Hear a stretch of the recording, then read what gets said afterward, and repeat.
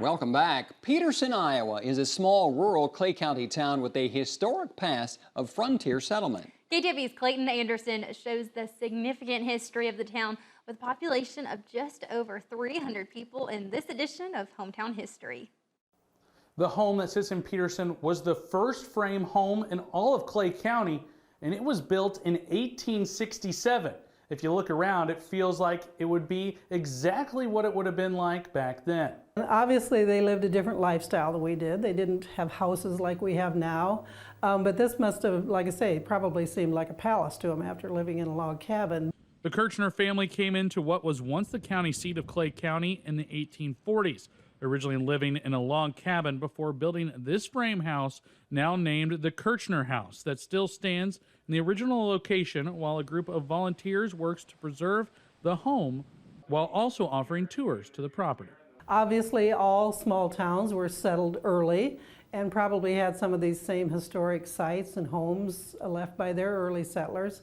But I think the people here had the foresight to keep these and keep them restored. The Kirchner House is not the only historical landmark or museum in Peterson. There is another restored house that was built after the Kirchner House. There is the Kirchner Museum, which showcases old farm equipment and other artifacts important to the town of Peterson. There is a French doll museum and even an original Fort Peterson blockhouse, which sits near its original location. Fort Peterson was one of 11 forts and stockades constructed in 1862 to 1863, built due to pioneers' fear of Native American attacks, although this fort and many others never saw any conflict or attack. While the small town has lost some businesses, the town still takes pride in showcasing their rich history within the valley of a once thriving community. It was a thriving little community at one time. We had our school system here and whatever, but it's a very scenic area. It sits in the Little Sioux River Valley, and it's just peaceful and scenic and just typical small town life.